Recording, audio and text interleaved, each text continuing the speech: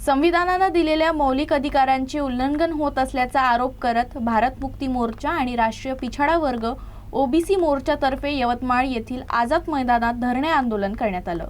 संविधानानं दिलेल्या मौलिक व घटनात्मक आधारांचे उल्लंघन होत असल्याचा आरोप करत भारत मुक्ती मोर्चा आणि राष्ट्रीय पिछाडा वर्ग ओबीसी मोर्चाच्या वतीनं यवतमाळ शहरातील आझाद मैदानात जोरदार धरणे आंदोलन करण्यात आलं। ओडिशा इथं होणारं बामसेफचे ओबीसी जनगणनेवर आधारित अधिवेशन प्रशासनानं रोखलेल्या निषेधार्थ हे आंदोलन करण्यात आलं। प्रशासनावर दबाव टाकून ओबीसी समाजाची जागृती रोखण्याचा प्रयत्न करण्यात आल्याचा गंभीर आरोप आंदोलनकर्त्यांनी केला आहे। आरएसएस आणि भाजप सरकार संविधानिक हक्कांवर गदा आणत असल्याचा आरोप करत देशभरात 725 जिल्ह्यांमध्ये हे आंदोलन करण्यात येत असल्याची माहिती यावेळी देण्यात आली। पुढील टप्प्यात 27 जानेवारीला महाविशाल रॅली तर 22 फरवरीला नागपूर येथील आरएसएस मुख्यालयावर मोर्चा काढण्यात येणार असल्याचा इशाराही आंदोलनकर्त्यांनी दिला आहे।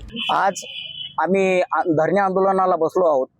भारत मुक्ती मोर्चा व बामसेफचं हे कटक येथे ओडिशाला राष्ट्रीय अधिवेशन लागू झालं होतं, परंतु 2 महिन्या अगोदर त्याची परमिशन काढून सुद्धा ऐन वेळेवर 24 तारखेला आमची परमिशन रद्द केली आणि हे आमच्या मौलिक अधिकाराचं हनन झालेलं आहे। म्हणून आम्ही 4 चरणामध्ये हे आंदोलन करत आहोत। त्याचा पहिला टप्पा जिल्हाधिकारी कार्यालयाला 7 तारखेला निवेदन दिलं आणि दुसरा टप्पा आज आम्ही 19 तारखेला संपूर्ण जिल्ह्यामध्ये त्या भागात एक यवतमाळ जिल्ह्यामध्ये आम्ही हे आंदोलन करत आहोत व पुढला टप्पा हा 28 तारखेला रॅली प्रदर्शन आहे आणि त्यानंतर 22 फेब्रुवारीला महारॅली ही आरएसएस हेडक्वार्टर नागपूर येथे जाईल। या यवतमाळ शहरामध्ये यवतमाळ जिल्ह्यामध्ये आम्ही शेतकऱ्यांसाठी प्रामुख्याने आंदोलन करत असतो।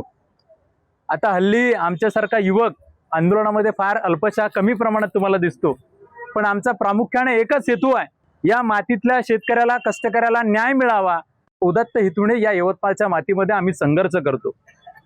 फुल्यांचा, शाहूंचा, आंबेडकरांचा विचार लोकांपर्यंत जावा हाच एक आमचा छोटासा उदात्त हेतू आहे आणि हा हेतू खऱ्या अर्थानं सकारात्मक पद्धतीने लोकांच्या मनावरती बिंबवला गेला पाहिजे।